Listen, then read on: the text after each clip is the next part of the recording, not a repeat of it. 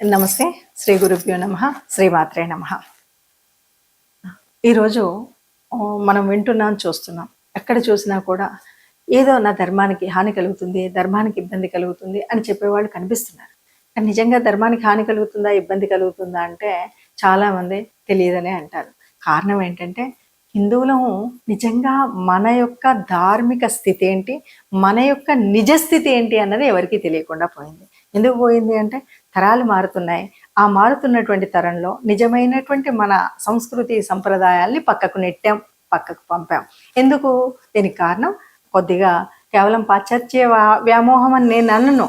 కానీ దాంతోపాటు మనం ఏదైతే మోడ్రన్ లుక్, టెక్నికల్ లుక్ అని అంటున్నామో వీళ్ళల్లో మనం కొంత మన ప్రాచీనతని, అసలైనటువంటి శాస్త్రీయత కలిగినటువంటి పద్ధతులను పక్కకు నెట్టాం. దానివల్ల మనకి ఇబ్బందులు. చూడండి, మనం హిందువు అనగానే చక్కగా కట్టు బొట్టు అనేవాళ్ళు. సరే, కట్టు నిండుగా బట్టలు కట్టుకుంటే సరిపోతుంది. మరి బొట్టు దగ్గరికి వచ్చేసరికి ఎంతమంది బొట్టు పెడుతున్నారు? బొట్టు పెట్టడం అంటేనే నామోషి. కాస్త పెద్దగా పెట్టారు అంటే ఏ పల్లె నుండో వచ్చారు, పల్లెటూరు బయటు అంటారు. మరి బొట్టు అంటే ఎలా పెట్టుకోవాలి? ఒక చిన్న చుక్క పెట్టుకోవాలి, అది మ్యాచింగ్ ఉండాలి. లేదా అంటే అది రంగు కూడా లేకుండా కదులుతుంటే మెరవాలి. అది నిజంగా బొట్టేనా? కాదు కదా. బొట్టు పెట్టాలి అంటే దానికి ఒక సంప్రదాయం ఉంది. అందుకనే మన దేవాలయాల్లో ముఖద్వారం దగ్గర తప్పనిసరిగా ఏ దేవాలయానికి సంబంధించిన బొట్టు ఆ దేవాలయపు గుడి దగ్గర ఉంటుంది. ఎందుకంటే ఈ లలాటం మీద తప్పనిసరిగా బొట్టు అనేది ఉండాలి.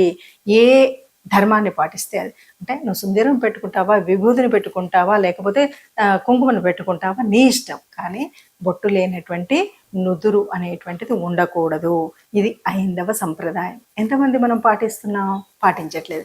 అదేంట్లే, ఆ చిన్నదే కదా అని ప్రతి ఆచారాన్ని చిన్నది కదా అని పక్కకు తోస్తూ అసలు ఆచారమే లేకుండా చేసుకుంటున్నాం. ఉదయాన్నే బ్రాహ్మీ ముహూర్తంలో లేవడం మర్చిపోయాం. సూర్య నమస్కారం తెలియదు. పొద్దున లేవగానే కనీసం కరాగ్రే వసనే లక్ష్మి అంటూ లేవగానే ఆ శక్తిని పూజించడం మర్చిపోయాం. భూమి మీద కాలు పెట్టే ముందు భూమాతకి నమస్కరించడం తెలియదు. ఇవన్నీ ఎందుకు? అసలు ప్రతినిత్యం ఇంట్లో దేవుడికి నమస్కరించుకొని బయటికి వెళ్తున్నామా? తెలియదు. ఏ చిన్న పిల్లవాడికైనా ఎన్నో పాఠశాలలో మనం చేర్చగానే కొన్ని రైమ్స్ చెప్తారు, అవి అర్థం ఉన్నా లేకపోయినా. కనీసం ఇంట్లో 4 శ్లోకాలు నేర్పించామా? కనీసం బయటికి వెళ్తున్నాడు, ఆపదామపహర్తారాం దాతారాం సర్వసంపదాం అనే శ్లోకాన్ని చెప్పి, నాన్న నువ్వు ఎక్కడికి వెళ్ళినా నీకు రక్షణ అన్న ఇది అని చెప్తున్నావా? మన దేవుడు రాముడు అని చెప్తున్నావా? ఒక శుభాన్ని కలిగించేటువంటి ఒక కంకణాన్ని చేతికి కట్టుకుంటున్నాడా? పండగ వచ్చింది, ఉదయాన్నే లేచి అభ్యంగన స్నానం తప్పనిసరి అని తెలుసా? తెలియదు. ఇవన్నీ తెలియకుండా హిందూయిజం అంటే ఇక్కడ ఏంటి? ఇవన్నీ తెలియకుండా చేసింది ఎవరు? మనమే. ఏ తరం? ఎందుకంటే ఈ బిజీ షెడ్యూల్ను సంపాదించాలి. ఈ ధనార్జనలో నిరంతరం పాటుపడుతూ అసలైనటువంటి శిష్టాన్ని పక్కకి నెట్టాం. కాబట్టి తెలియకుండా ఎటో వెళ్ళిపోయాం. మళ్ళీ వెనక్కి తిరిగి చూస్తే బోలెడంత అగాధం కనిపిస్తుంది.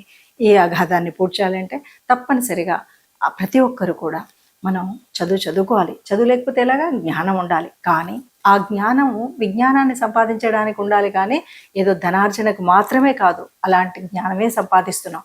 లేదు అంటే ప్రతి ఇంట్లో నిత్యం అంతకుముందు ఉన్నటువంటి నాన్నమ్మ అమ్మమ్మలు అందించినటువంటి ఆ విజ్ఞానదాయకమైనటువంటి సామెతలు, పద్యాలు ఎన్నో ఉండేవి.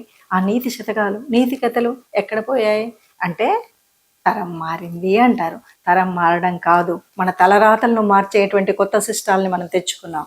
కాబట్టి మనం మన ఆ ధార్మిక హైందవ సంస్కృతి ఎప్పటికి పెరడి వెళ్ళాలంటే ఈ నేల మీద, ఈ భూమి మీద ఈ తల్లి భారతి అంటేనే మనకు ఒక గొప్ప ఆధ్యాత్మిక కేంద్రం. ఎందుకంటే చాలామంది చెప్తుంటారు, ప్రపంచం అంతా ఒక ఇల్లు అయినప్పుడు ఆ ఇంటికి దేవాలయం ఏదయ్యా అంటే భారతదేశం అట. మరి ఇలాంటి భారతదేశంలో, ఈ పుణ్యభూమిలో, ధన్యభూమిలో, ఋషులందరూ నడయాడినటువంటి భూమిలో, ముఖ్యంగా దేవతలు పుట్టినటువంటి భూమిలో మరి పుణ్యం కాదు, హిందువుగా పుట్టిన మనం ఈ హిందూ ధర్మాన్ని పాటించడమే ఈ పుట్టినటువంటి మన జీవ లక్షణం. మనిషిగా పుట్టినటువంటి వాళ్ళు ఇవన్నీ ఆచరించాలి. అప్పుడే మన ధర్మం కాపాడుతుంది. కాబట్టి హిందూ ధర్మాన్ని కాపాడుకునేటువంటి ప్రయత్నం ఒక్కరిది కాదు, మనందరి బాధ్యత.